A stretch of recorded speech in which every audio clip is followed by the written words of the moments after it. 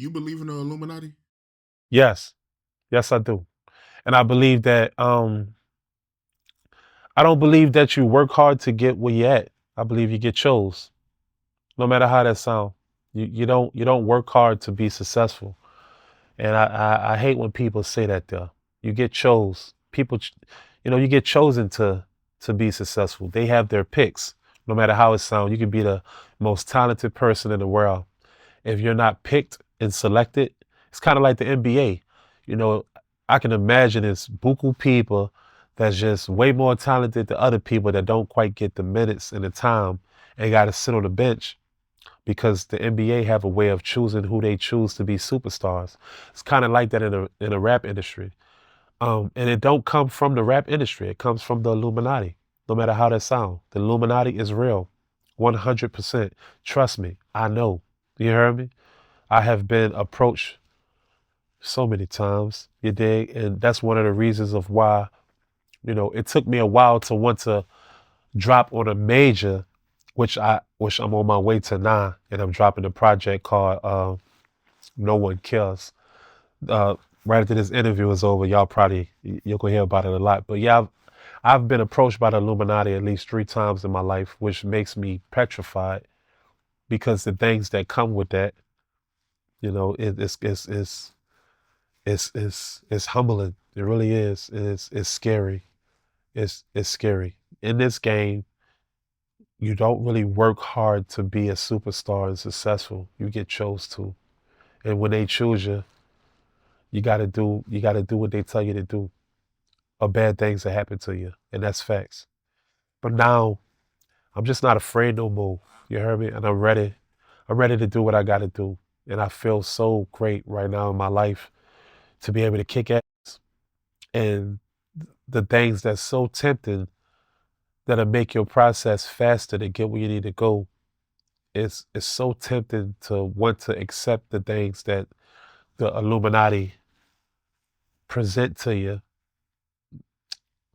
It's tempting, bro. It really is, and it sucks. It sucks that you really gotta that it even took me this long to keep pumping and dropping mixtapes and doing this and doing that for me to be able to surface back the way I'm surfacing right now, by the grace of the universe and God, that it's actually going the way I need to go now. But I could have been where I was at, mighty bruh, if I would have accepted what was presented to me. And I didn't. So I became whatever the pimp guy or this guy or that guy. I was, the 6 month drug dealer. I was doing all these things because I was so afraid of what the Illuminati in the industry come with. And I'm not afraid no more. But yes, the Illuminati is real. And when they come at you, it's kind of hard to bargain the presentation that they come at you with, if that makes sense. Can you tell me about the three situations where they approached you? Okay. The first time, uh, the first time I met a man named Robert Freed. Well, let me say that question over. I met a man named Robert. I don't want to say his last name. White dude, um, lives in Los Angeles, multi-millionaire guy. Um, family mega rich, lived in Palos Verdes. Um, I got presented with a situation where I was supposed to, me and Chauncey Washington, um, he just signed with the Jacksonville Jaguars, and he's also the stepson of Suge Knight. Chauncey Washington, as soon as he got signed, because he played at USC, as soon as he got signed, me and Chauncey ended up becoming real tight, courtesy of Suge Knight. When he got signed and went to Jacksonville, he ended up buying this big old mansion. Actually, we was together. It was at Queens Harbor in Jacksonville. Um, we had a plan. We gonna come with the MOE and we're gonna do it together. He had the funds. I wasn't that rich. I was a little 100,000 now, but he just signed the deal. So we had a plan. We just gonna come with the label and cut the fuck up. Well, Robert from whatever you dig interfered and basically was like, I don't care what he has to offer you. This is what I have to offer you. And when he said that, it was millions of dollars. That's why I was able to have the MOE movement popping at this time all on World Stars, shooting buku videos back to back. I accepted it. And the things that came with that was so detrimental. And I wouldn't say Robert was, I don't know if he was in the Illuminati or not, but I know once he didn't do what he got a phone call, and he was the person that was invested in me. Once he didn't do what he was told to do, he went to the Playboy Mansion and got stabbed up. These are all facts. And got stabbed up. And basically, yeah, facts. And he basically, because we had MOE roster records after that, from him intercepting Chauncey Washington and presenting me with so much money. So I'm in an A, all the 12 living and the big old house I had in McDonough and all that came from Robert. You dig? From the investment of giving me upfront money. He gave me $1 million. And it was supposed to be courtesy of him intercepting Chauncey Washington. It's supposed to be, all right, I'm giving you this money right here to be able to do what you got to do, because Chauncey is procrastinating. But once he gave me the money and the funding, it went from him giving me the money to allow me to do what I got to do to now he's all around every time. Every time I all the tow buses that I had, that came from Robert, the Rasta Records situation. I don't know, Brad. He just was around all the time.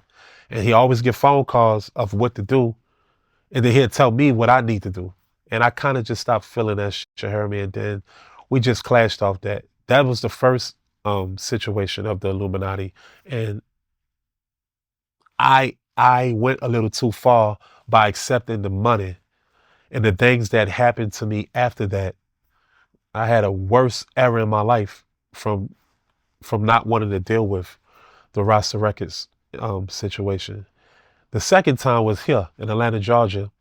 Um, we're off the Rob situation, the Rasta Records situation, and we was in a hotel, and we was at the core retreat, and basically, me and my dog, Day One Zell, all of us, and my engineer, Speechless, we got presented by some girls, and they basically was like, we work for such and such and such, and then when they started Illuminati talking, me and Day One Zell, we got you heard me? But my engineer, Speechless, he owed us no loyalty. He was just our engineer.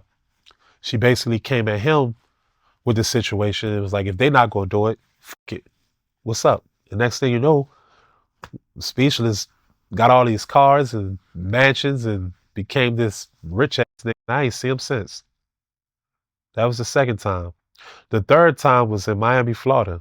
And this was a club back then called Club Sobe. You heard me? And yeah, I got approached to the club, and, they let me kick in, and, I partied with them that night, and I seen all the celebrities from the Scott Storches and all these people, and, basically saying, you like this life, this is the life you want to live, and this is the life you need. And I was so spooked out, I left. I just left, and I act like I had something to do, and I just left. But those were the three experiences that I had with the Illuminati.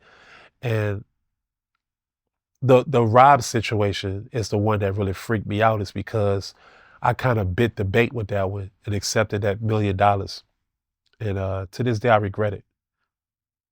Big facts. Big facts.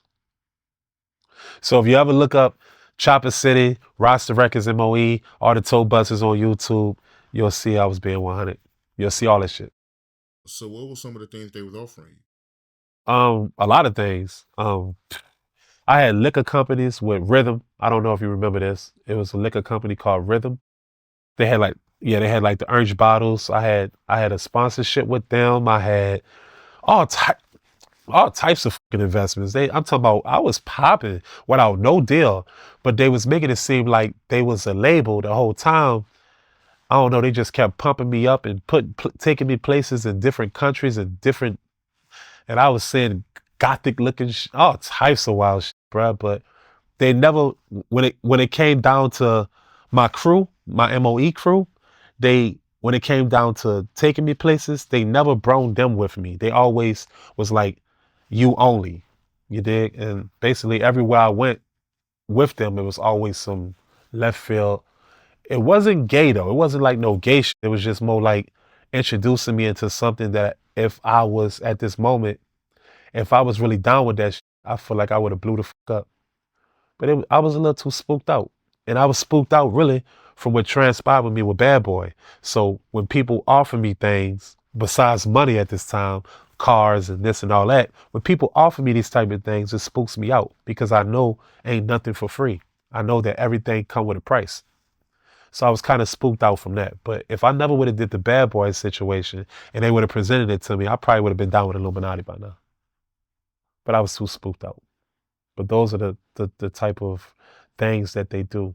And I was afraid for a very long time, which is one of the main reasons why I didn't want to go major, because that's kind of like the thing that comes with signing a major. They offer you all these things.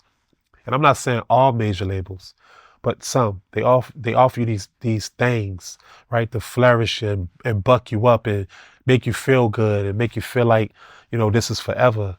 And then they do that 360 on you, and next thing you know, you fucked up and you want to commit suicide and kill yourself and poke your eye out and all these things. So everything I'm saying is all facts. The Illuminati is real. Be careful out there.